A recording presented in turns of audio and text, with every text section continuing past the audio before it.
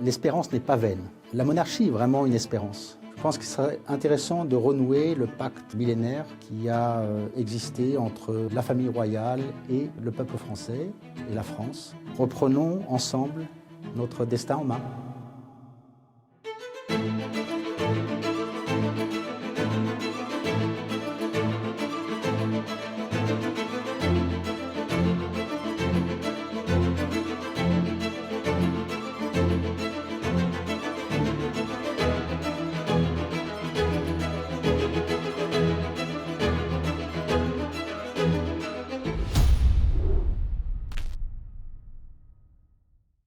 Bonjour Monseigneur, et merci d'avoir répondu à l'invitation de Boulevard Voltaire.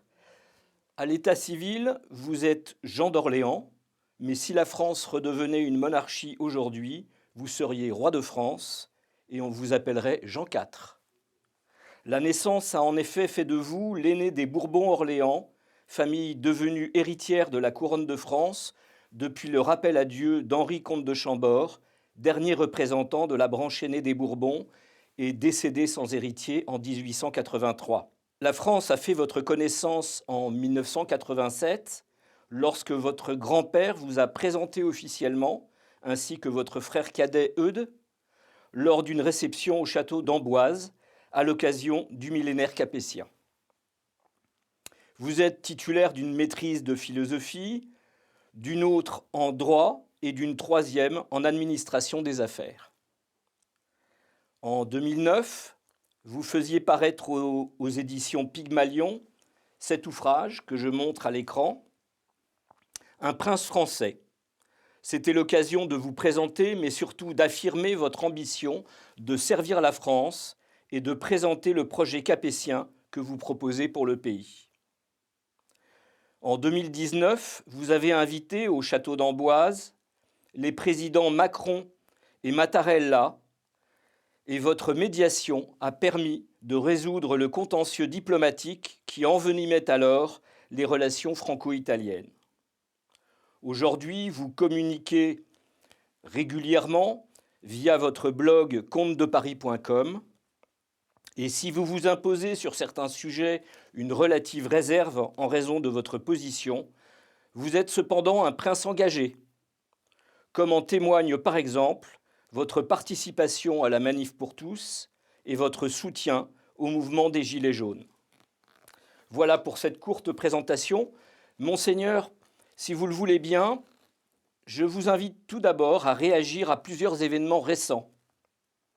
Vous ont-ils touché? Et surtout, si c'est le cas, pourquoi? Le premier d'entre eux, les incendies d'églises qui se multiplient aujourd'hui en France. C'est vrai que ce sont des événements en fait, qui montrent un état d'esprit de notre pays, de notre société. D'abord face à la religion catholique, d'une part, et puis d'autre part, face peut-être à une institution aussi qui incarne un certain nombre de principes dans un monde où finalement le relativisme est assez de mise. Et c'est vrai que ce soit ces petites églises en fait, qui font notre petit patrimoine et cette chapelle de lieux particuliers où on peut prier, où on peut manifester cette verticalité qui nous caractérise, cet enracinement aussi. Je pense que c'est une atteinte un peu à notre âme, à notre spécificité française. Alors, le second événement, il est tout récent, c'est le premier anniversaire de l'assassinat de la jeune Philippine dans le bois de Boulogne. Cet événement-là me fait penser un peu à la situation qu'on trouvait en Allemagne dans l'entre-deux-guerres, où finalement on avait une instabilité politique assez élevée, des gouvernements qui changent, une atmosphère sociale compliquée avec des échauffourées, quelquefois des coups de feu, et puis des personnes qui se faisaient tirer au coin de la rue. Et malheureusement, on est un peu dans ce modèle-là d'une France qui a du mal à trouver ses repères et qui met un peu par terre tout tout ce que nous sommes, tout ce que nous représentons et qui fait partie en fait de notre destin. Donc si on enlève ces éléments-là, on n'a plus vraiment de destin commun. Le troisième événement, c'est un événement qui au départ était plutôt réussi, puisque c'était les Jeux Olympiques de Paris, les derniers Jeux Olympiques de Paris. Mais il y a quand même eu là-dedans une tâche qui a choqué beaucoup de Français, qui était lors de la cérémonie d'ouverture, cette scène où Marie-Antoinette est décapitée.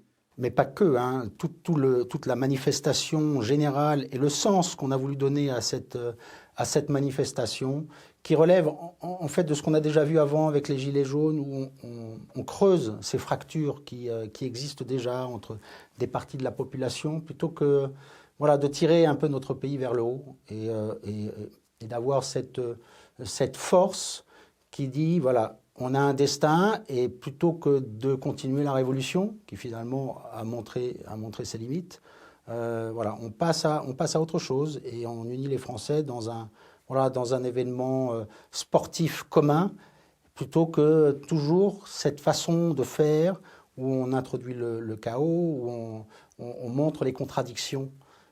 Ça, c'est vraiment un modèle qu'il faut abandonner et rentrer dans quelque chose de neuf. Vous parliez tout à l'heure des Gilets jaunes.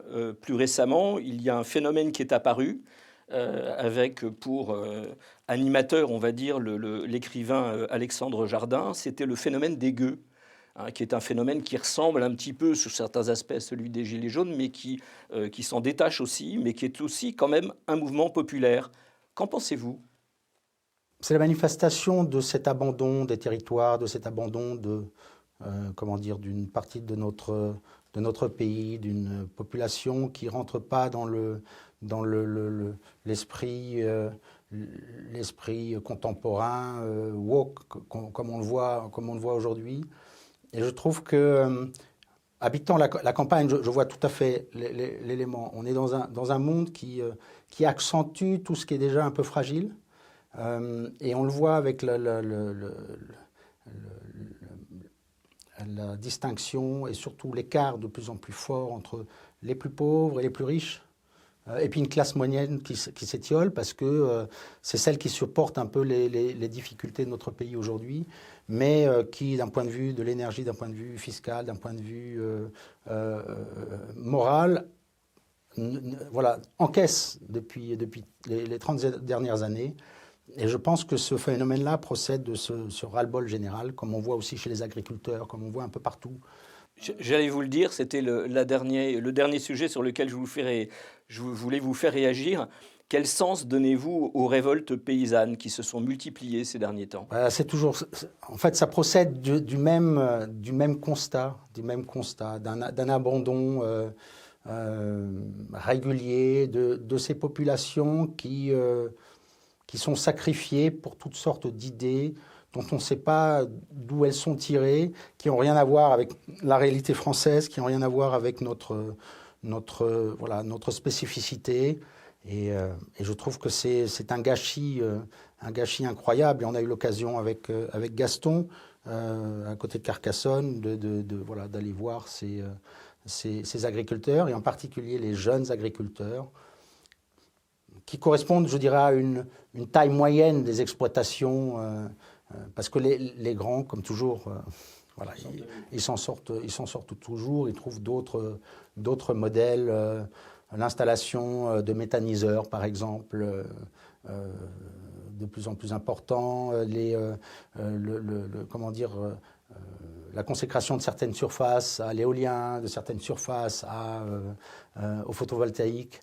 Et donc on perd un peu de vue cette mamelle importante de notre pays. Alors, procédons maintenant par thème, si vous le voulez bien. Et le premier d'entre eux pourrait être l'économie. Le quotidien Les Échos, je ne sais pas si vous le lisez de temps en temps, comptabilisait récemment 131 autorisations de rachat d'entreprises sensibles par des investisseurs étrangers en 2022, et 124 en 2021, c'est-à-dire que cela augmente, hein. Et ça fait quand même beaucoup à l'arrivée. La question, elle est la suivante. Nos entreprises ne sont-elles plus viables ou s'agit-il d'un choix politique? C'est compliqué à dire, en fait, il faudrait voir un peu les entreprises les unes après les autres. Ce qui est clair, il y a eu un phénomène pendant le Covid, ce sont tous ces prêts garantis par l'État. Et une fois que le Covid est passé, évidemment, les entreprises ont dû rembourser. Et le modèle qui était mis en place, en fait, ne permettait pas aux entreprises qui étaient juste voilà, dans la moyenne des performances de pouvoir rembourser ces prêts. Et donc, beaucoup de ces entreprises ont dû, à court terme et peut-être à moyen terme maintenant, mettre la clé sous la porte. Ça, c'est le premier élément. Le deuxième élément, il y a peut-être aussi un abandon politique de certains domaines particuliers. J'ai discuté avec un de mes amis qui fabrique des containers pour les pièces assez sophistiquées, des Airbus, de Thales, etc., donc l'aéronautique, et qui me disait, il y a dans comment dire, le vivier des entreprises qui vont de Figeac jusqu'à Toulouse, qui sont des sous-traitants, il y a de nombreuses entreprises qui sont en train d'être rachetées par les Indonésiens, par les Vietnamiens. Et donc, je pense que sur ce point-là, il y a certainement un abandon voilà, de ce qui fait notre force.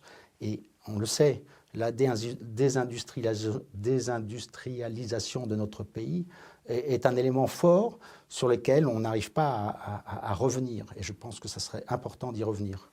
Concernant maintenant la fiscalité, est-ce que... alors, la France est aujourd'hui parmi les pays au monde qui imposent le plus à la fois les entreprises et les particuliers. Ça, ce sont les chiffres qui nous le disent. Est-ce pour vous une fatalité?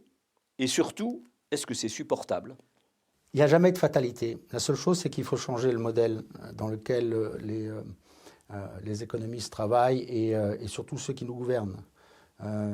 Ça, c'est la première chose. La deuxième chose, si on voyait à quoi servait si on voyait un retour sur l'investissement qui a été fait, les impôts, en fait, c'est ça. Si on voyait un retour sur l'investissement que nous faisons, on supporterait cet effort sans aucune difficulté. La difficulté aujourd'hui, c'est qu'on ne sait pas où cet argent part. Enfin, on sait.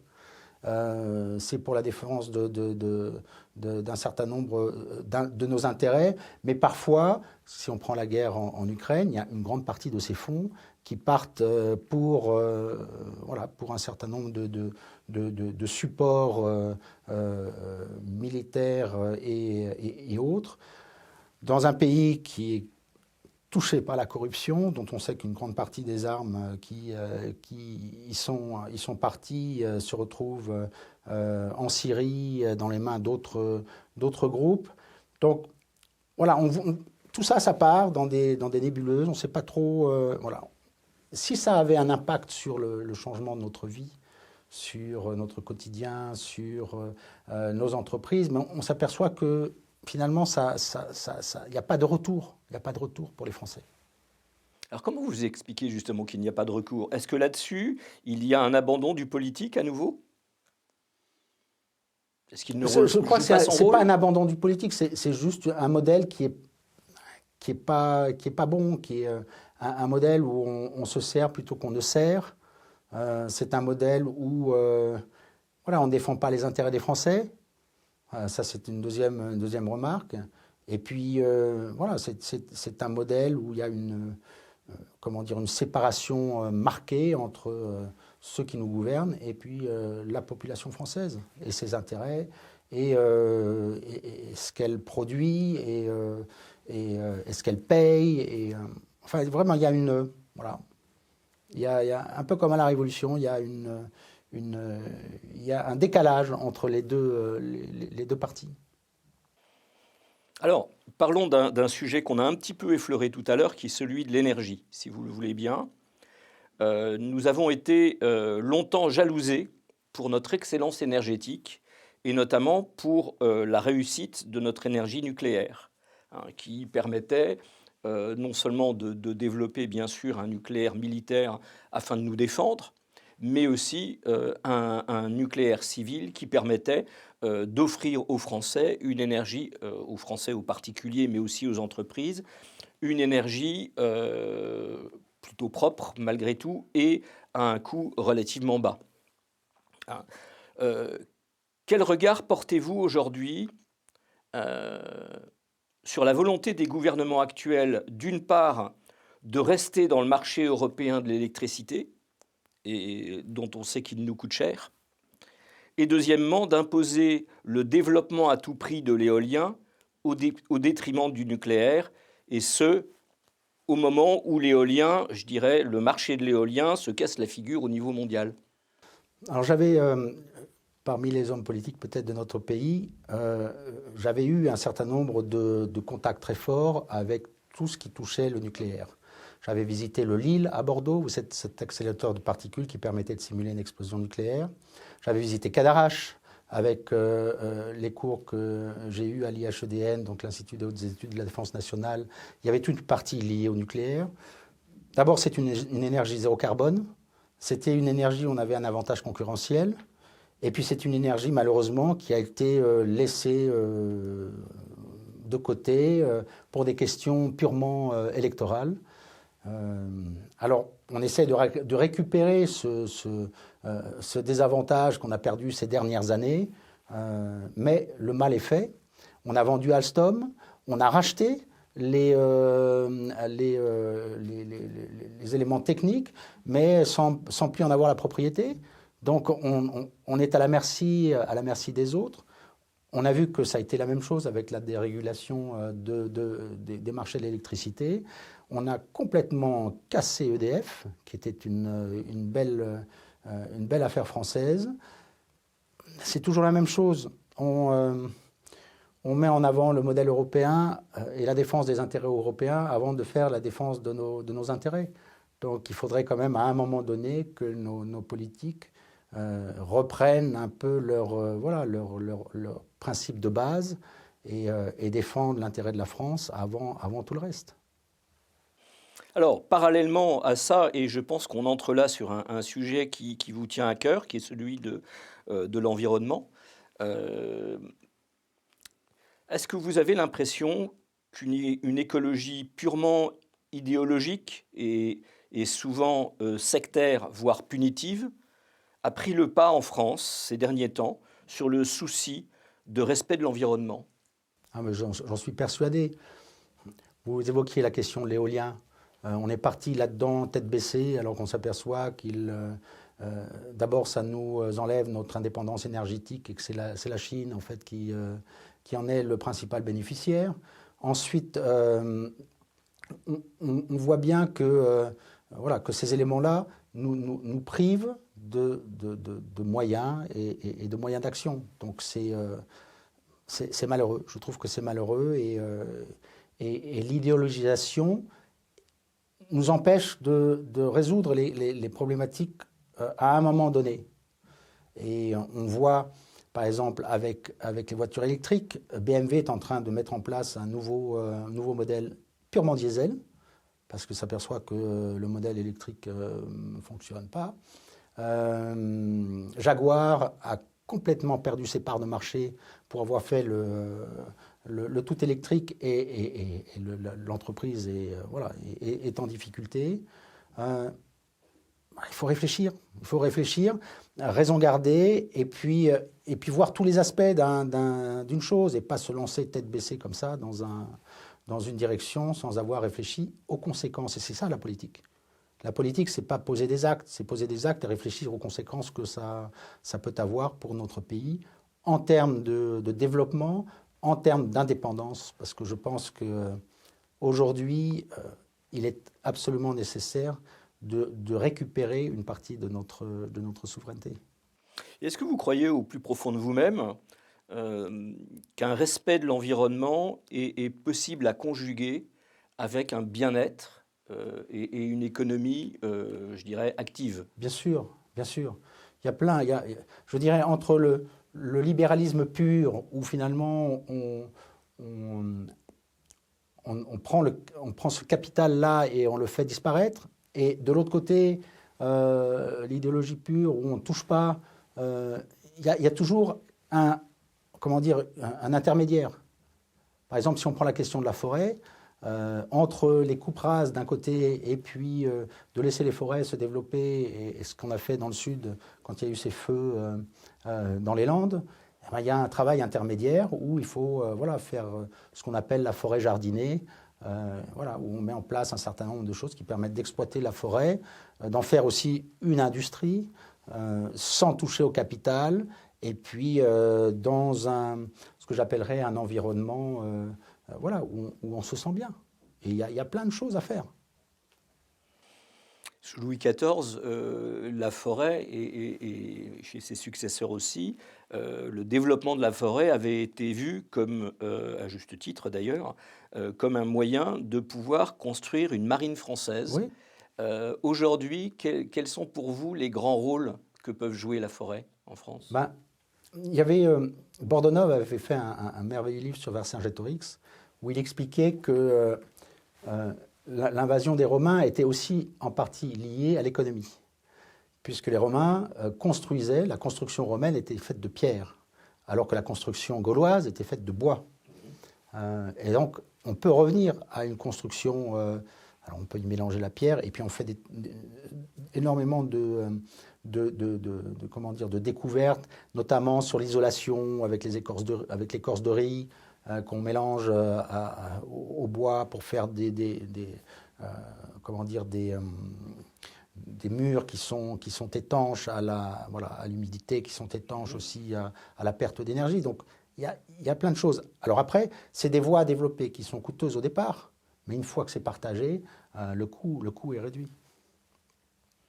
D'accord. Alors, parlons maintenant d'un autre sujet qui a en grande partie, semble-t-il, déstabilisé quand même la société française, qui est celui de l'immigration.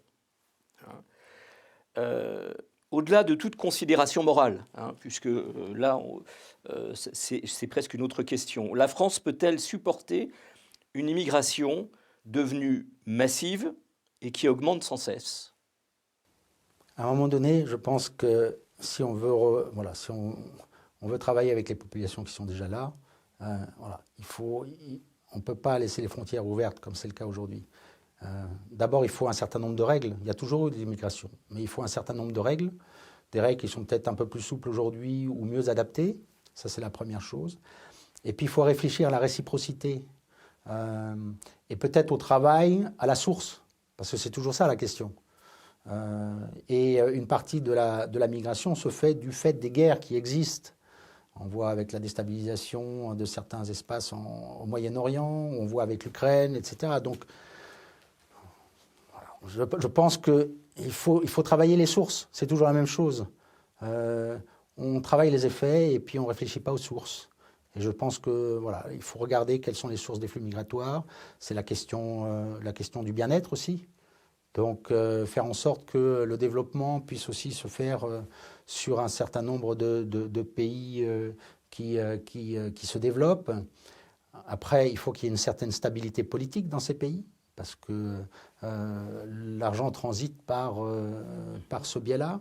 Donc il y a vraiment un travail fort à faire plutôt que de déstabiliser et puis ensuite voilà, de travailler sur les conséquences des actes qu'on pose.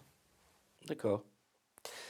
Alors, je voulais aussi vous poser, on pourra en traiter plusieurs, mais parler des services publics. Et le premier auquel je pensais était peut-être celui qui aujourd'hui pose le plus question, qui est celui de l'école. On pourra parler après des hôpitaux si vous le souhaitez, parce que c'est aussi un sujet grave. Comment analysez-vous la crise actuelle de l'école en France? L'école, en fait, il y a une finalité, l'école. C'est vraiment l'enseignement d'un certain nombre de principes et puis de matières qui permettent à nos enfants d'affronter la vie, d'affronter le monde, avec des matières de base, les mathématiques, le français. Or, là aussi, on a parlé de la question idéologique.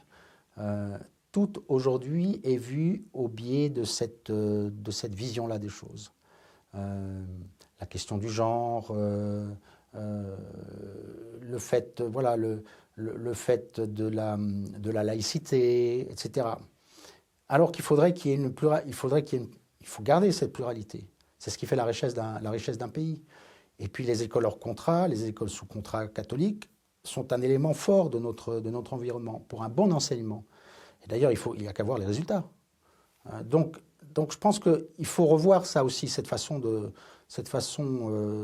comment dire, un peu sans bon sens qu'on met en place. Mais j'ai toujours l'impression qu'on veut aller au bout de la Révolution française et on veut aller au bout de ces nouveaux paradigmes où on a l'homme roi, l'enfant roi, et puis tout le reste disparaît au profit de cette vision égoïste des choses. Quelles sont les conséquences je dirais, d'une baisse d'efficacité de notre système scolaire? La conséquence, ensuite, c'est les entreprises, c'est le modèle, par exemple, des ingénieurs, c'est la capacité à résoudre les difficultés, c'est la vision des choses. Donc tout est lié, tout est lié.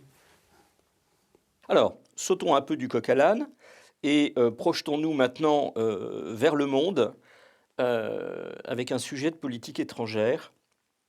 Qu'il s'agisse du conflit russo-ukrainien ou du conflit israélo-palestinien, la position de la France interroge aujourd'hui. Elle interroge en France, mais elle interroge aussi à l'étranger, lorsqu'elle n'est pas totalement incompréhensible.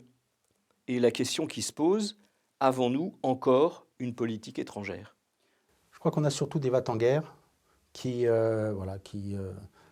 pour, je ne sais pas, leur gloriole, pour des intérêts financiers, nous ont lancés dans ce conflit.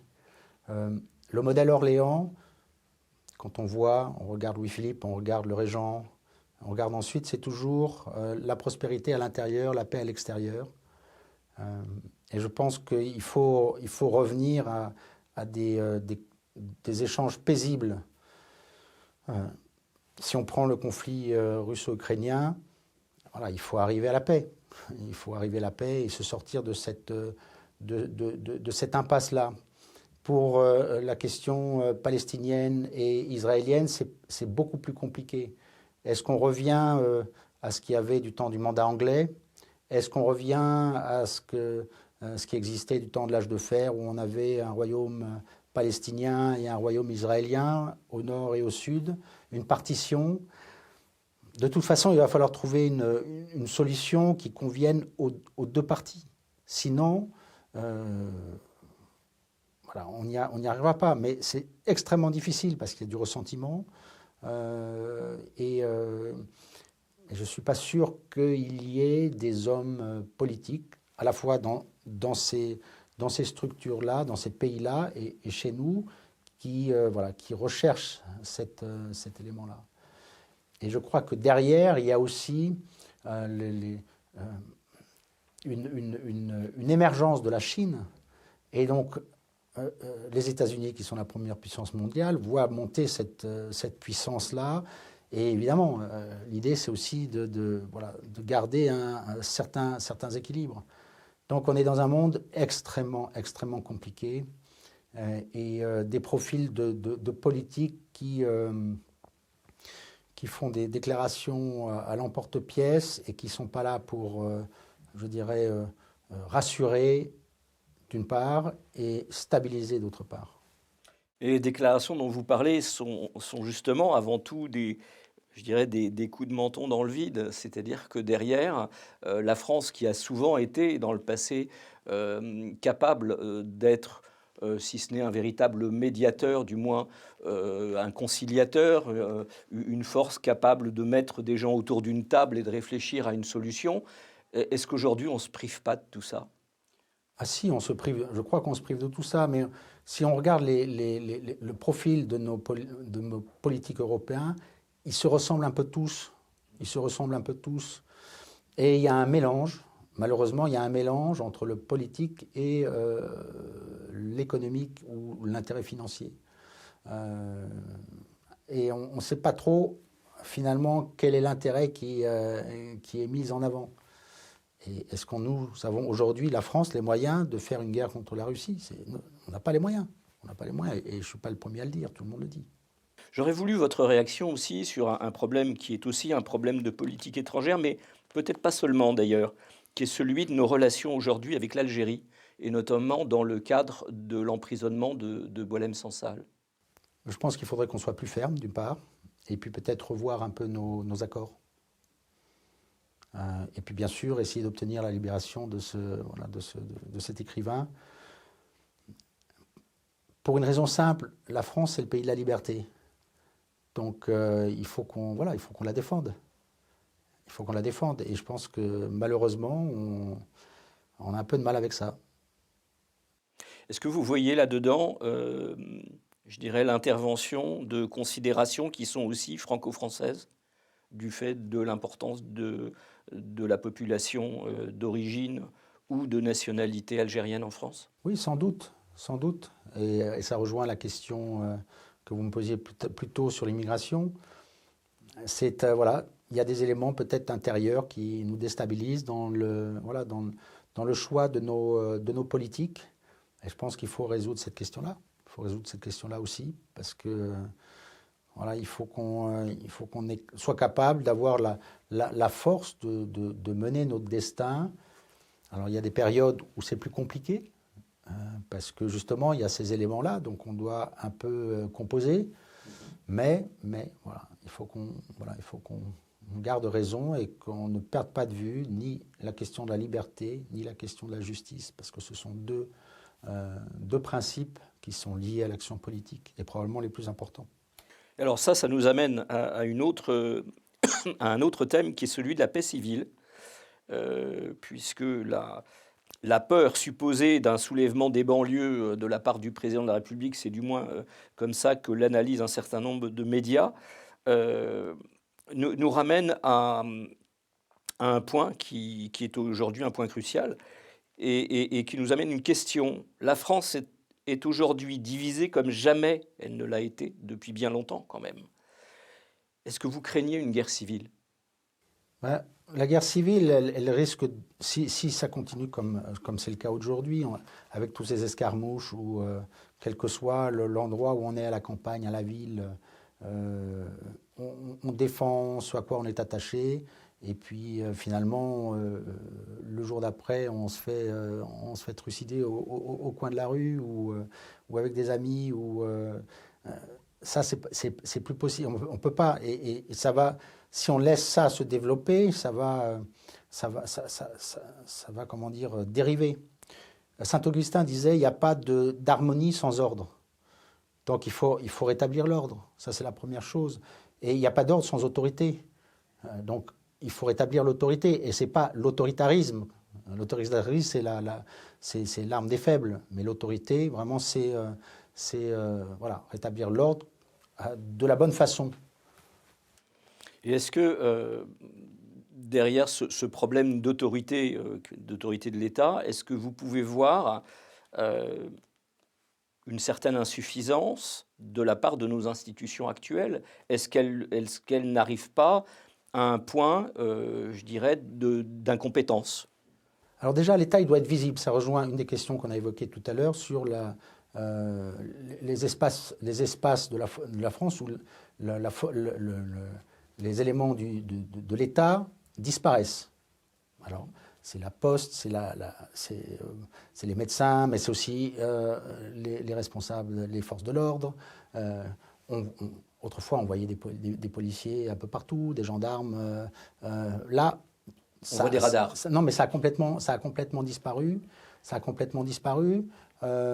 L'État n'intervient plus dans un certain nombre de zones particulières. Ensuite, il y a une grande instabilité, on l'a vu avec, qui me semble-t-il est liée aussi à la transformation institutionnelle entre le septennat et le quinquennat. La vie politique, il faut qu'il y ait un rythme.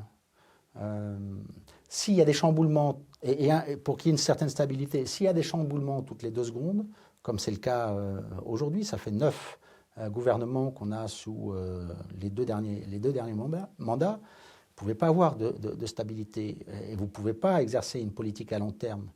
Donc ça c'est la première chose à changer. Ensuite, il faut que l'État réinvestisse tous ces espaces public voilà, où il n'est plus. Et puis surtout, voilà, et que ces espaces publics aussi soient l'expression d'une certaine liberté, ce qui est aussi tend à disparaître. Alors, passons à un autre sujet, qui est un petit peu lié évidemment au précédent, mais là qui, je le sais, vous tient particulièrement à cœur. Puisqu'après des classes effectuées à l'école de cavalerie de Saumur, vous avez fait votre service militaire dans le 7e régiment des chasseurs à Arras. Vous êtes aujourd'hui colonel de réserve de l'armée française et vous êtes aussi le parrain du 4e chasseur de Gap. Vous ne cachez pas votre attachement à l'armée française. Est-ce que vous pouvez nous en dire un mot ? La première chose, il faut situer un peu le contexte. Nous sommes une famille de militaires. Alors pas au sens où nous avons eu des carrières militaires, mais sauf pour certains, comme on peut le voir avec le duc d'Aumale, comme on peut le voir avec mon père sur une partie de sa vie. D'ailleurs, on a j'ai deux ancêtres, le duc de Chartres et mon père, qui ont été décorés de la Légion d'honneur au titre militaire. Nous sommes, mon frère et ma sœur, mon frère et moi, tous parrains d'un régiment, ma sœur Marie du 7e chasseur, alors, du 7e BCA, où est mort mon oncle François en Algérie, donc un autre membre de ma famille qui a servi et qui est mort pour la France. Mon frère Eudes est responsable d'un régiment qui est lié à l'instruction et aux ressources humaines, et puis moi lié au 4e chasseur. Je pense que pour gagner la paix, il faut préparer la guerre. Donc il faut qu'un pays comme le nôtre ait une armée qui se tienne, et je pense que c'est le cas, pour pouvoir être engagé sur les conflits si jamais on doit être engagé. Et puis c'est une façon pour moi de servir aussi mon pays, en plus des impôts que j'y paye et du travail que j'y fais. Alors, parlons un petit peu monarchie. Et s'agissant de la monarchie royale, on a souvent tendance à ne penser qu'à la seule personne du roi, alors qu'il s'agit en fait d'une famille. Est-ce que vous pouvez nous présenter la vôtre ? Alors déjà, pour revenir sur la question de famille, c'est très important, ça c'est le modèle capétien. Le modèle capétien, pour faire en sorte que on puisse construire sur ce qui a été fait avant, en fait, ça n'est plus une personne, mais c'est une famille avec le père déjà et le fils à qui on transmet. Et ce qui a permis justement de construire le modèle capétien. Et puis ça va, voilà, jusqu'à Louis XIII et ensuite Louis XIV, le duc d'Orléans, la branche dont nous descendons, avec un certain nombre de nos princes qui ont exercé la chose politique, comme le régent. Donc je disais tout à l'heure, la prospérité à l'intérieur et la paix à l'extérieur, que ce soit avec le roi Louis-Philippe, le duc d'Aumale qui était aussi député, et puis aujourd'hui, voilà, notre famille qui depuis maintenant 75 ans, puisqu'on fête cette année les 75 ans du retour d'exil, le retour d'exil pour rappeler qui a touché deux familles, les familles dont les représentants ont régné sur la France, les Napoléons et les Orléans. Et donc mon grand-père est rentré d'exil il y a 75 ans maintenant. Et nous sommes une famille française qui vivons au cœur de notre pays, au rythme de ce qui va et de ce qui ne va pas. Donc c'est une chose que nous connaissons. Nous y sommes attachés et j'espère que c'est quelque chose qui sera aussi le fait de nos enfants.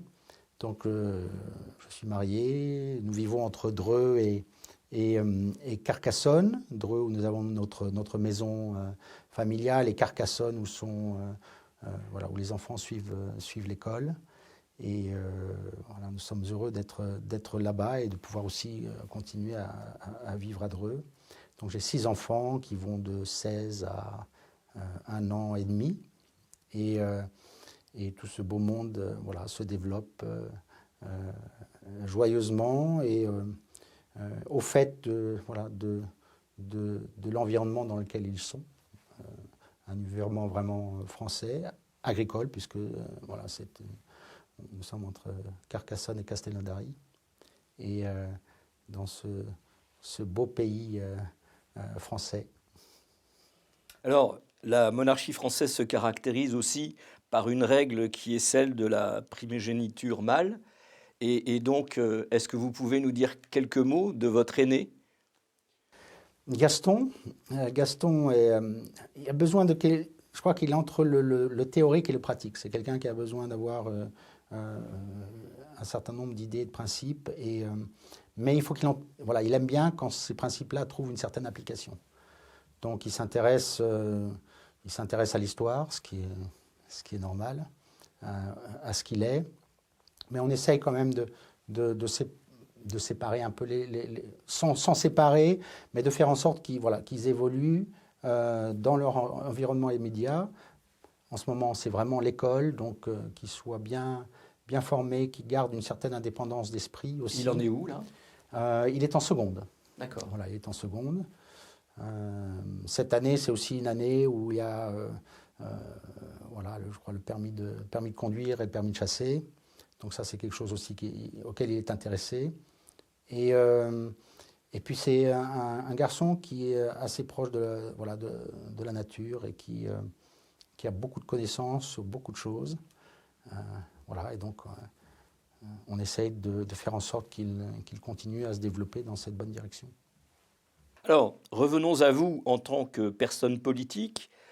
Vous vous dites disponible pour la France, mais en quoi pensez-vous être, et au-delà de votre personne et de la forme monarchique et royale que vous incarnez, un recours pour le pays?